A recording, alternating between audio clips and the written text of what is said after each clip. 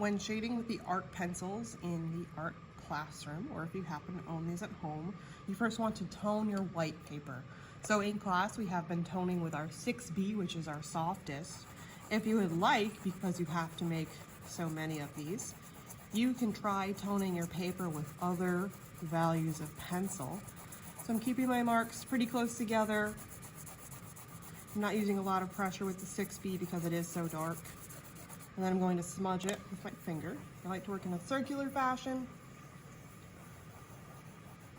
Just smudge across the lines.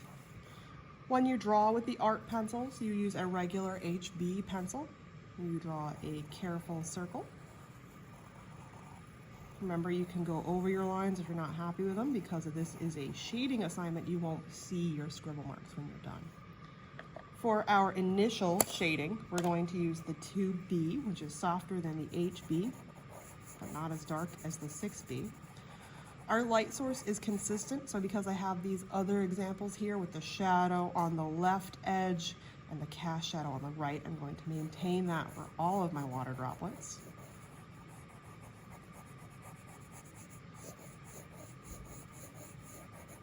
So I'm pushing down with a lot of pressure on the edge.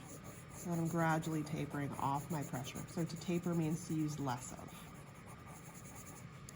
I can go ahead and create my cast shadow on the ground, which remember comes out of the circle on the edge that does not have shading on it.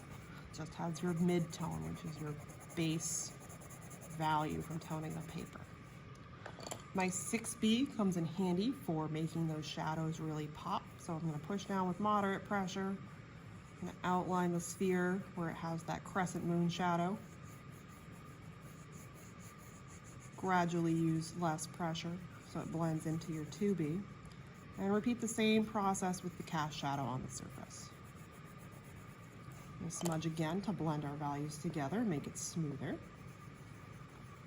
You don't really want to see too much of your pencil mark. Seeing a little bit is inevitable, but if you can see distinct scribble marks, that's not super good craftsmanship. The 2H, if you'd like, you can use to shade over the tone more. If you haven't, I do recommend trying to use the 2H to establish your base tone or your mid-tone. With graphite, when you want to show highlights, which are the bright areas of an object where the light is hitting or reflecting, you use an eraser. So we erase a bright spot in our deep shadow.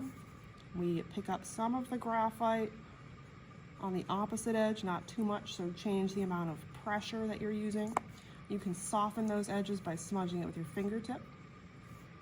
And you also want to pull a highlight for the reflected light on the surface. And that's it. It's for graphite.